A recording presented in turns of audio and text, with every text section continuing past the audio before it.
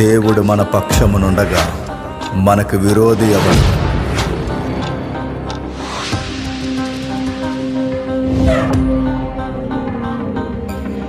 మనుషులెప్పుడు నీతో నిలువరే, దేవుడే నిత్యం నీతో నిలిచెనే.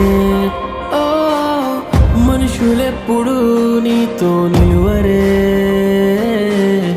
దేవుడే నిత్యం నీతో నిలిచెనే.